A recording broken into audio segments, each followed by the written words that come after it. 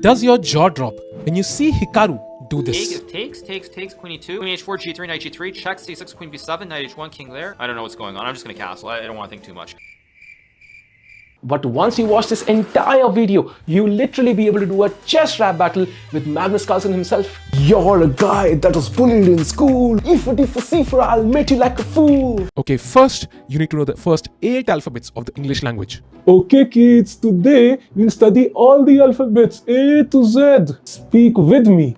A, B, C, D, E, F, G, H. Wait, that's all I need to know.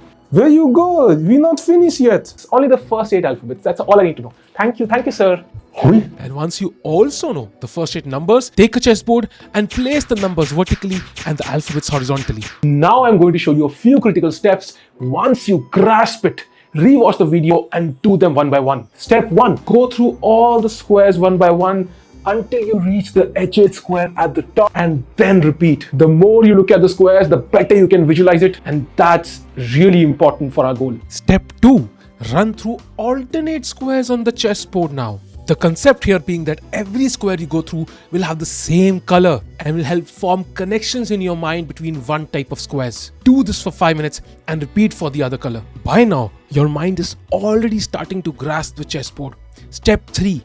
Close your eyes and try to visualize it. Try to run through the same squares as if your eyes were open. It won't happen clearly just yet, but try. Force your brain to recall the pattern. Okay, now open your eyes. You should be able to see what you just visualized.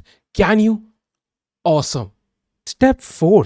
We're going to include more people in this party, so let's go. Now we take all the chess pieces one by one and we start with the bishop. We move this bishop along the empty diagonals of a chessboard. The main advantage of a bishop is that it always moves on the same colored squares, so our mind can form these patterns. Try to call out the diagonal as the bishop moves through it.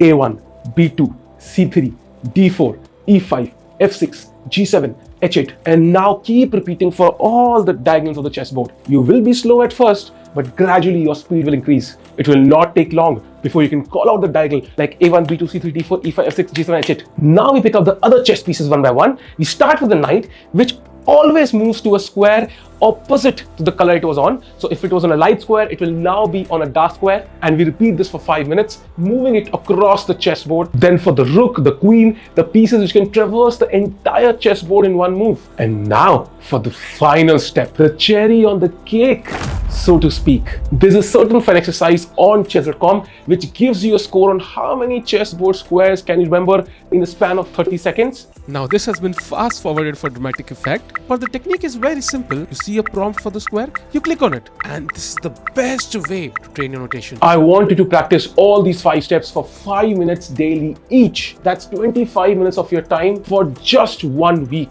and that will set you up for notation for your entire life. You will never have to bother about it. And then you can at least sound like a professional chess player. D4, D5, C4, E6, Knight C3, Knight F6, CD5, PD5,